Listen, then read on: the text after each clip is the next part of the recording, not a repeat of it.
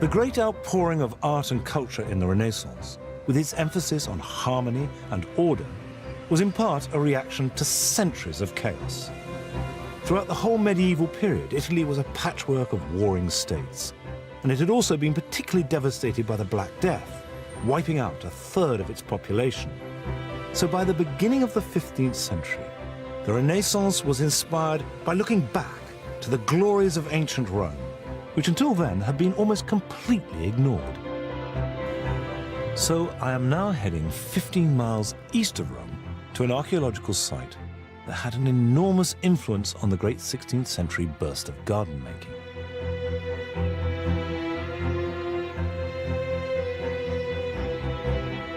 This is Villa Adriana, which was built almost 2,000 years ago by the Western world's most powerful man, the Emperor Hadrian.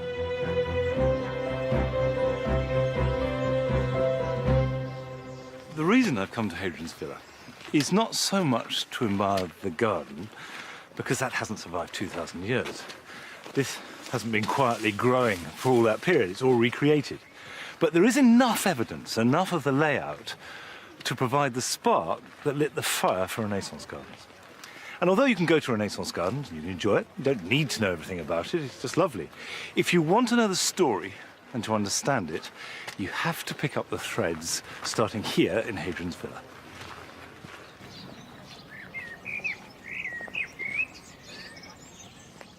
Hadrian built his villa in the early decades of the 2nd century AD, at the same time as his famous wall was being built across the border between England and Scotland.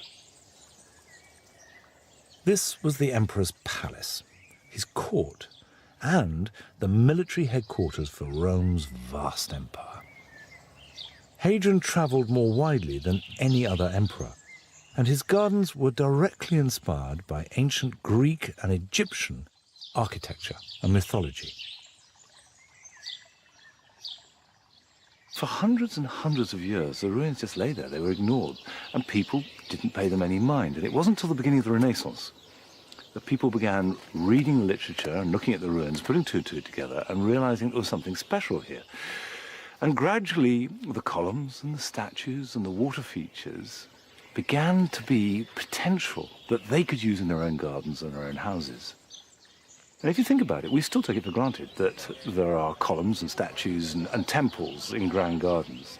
But none of that existed before the Renaissance rediscovered the classical world.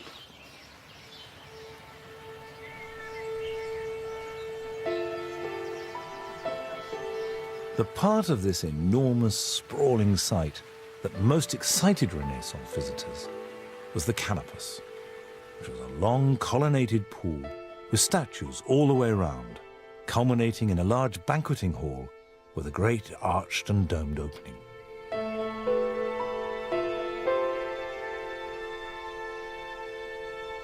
I've arranged to meet Marina de Franceschini here, an archaeologist who's been studying the villa for the last 20 years, to find out just why the Canopus was so important for Renaissance artists and architects. I feel like dwarf because if I think that here all the greatest architects of all times have come. Palladio, Pillo Rigorio, Leonardo, Michelangelo, Raphael, and everybody else. So but everybody was coming here to take inspiration, and also because they were looking for measurements. They were looking for the magic formula that would give them the perfect proportion of buildings.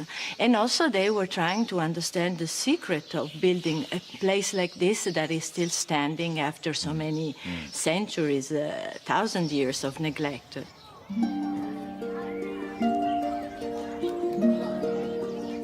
The visiting 16th century architects came here not just to admire the aesthetics of the building, but to rediscover practical engineering knowledge that had been lost since the fall of the Roman Empire. One vital lost skill was how to transport vast quantities of water. Hadrian used a 10-mile-long aqueduct just to supply the villa's countless pools and fountains. And the sheer volume of water needed for pools designed to cool and reflect light into buildings was a clear demonstration of the emperor's knowledge and power. You must imagine the water was flowing down. Down here? Down there. Yeah. And then was flowing in this channel, in the middle water, in this inner channel. So down. water playing, water moving and overflowing and Water was a way to show the power of the emperor, because we know that there was an aqueduct bringing water from the Aniene River. But the water was part of the garden in the sense it wasn't Sure. it wasn't a practical purpose. It was for decorating. Yeah. And where did they eat? How did that happen? So would they they have were it? lying here On on this? this. So you lie on top of here. Yeah, you must imagine that there were cushions, So cushions. pillows. You see, you do it elegantly. Yeah, and then there were the servants bringing food, But there was- bringing drinks. And also, I believe that over there was a place for the emperor, because that was the best place. Imagine, Hadrian, what kind of nice garden parties was having here. Really something exceptional. In the lake, in the water itself, would they have had sort of boats or anything like that? There were small boats with people having feasts and orgies, but mainly the beauty of the lake was the reflection of the landscape. You must imagine also a dinner party in the evening with candle lights, with this sound, music, dancers. It was really something beautiful to see and something impressive. No, I'm impressed, definitely.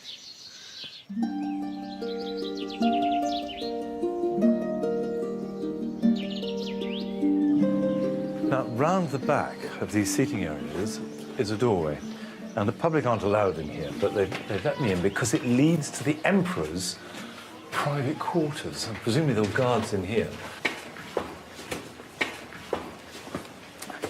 Now, this is where Hadrian would have his dinner. So all his guests were reclining down below. Remember, these are just a selected few, but he was on his own up here. And there was water in a pool here.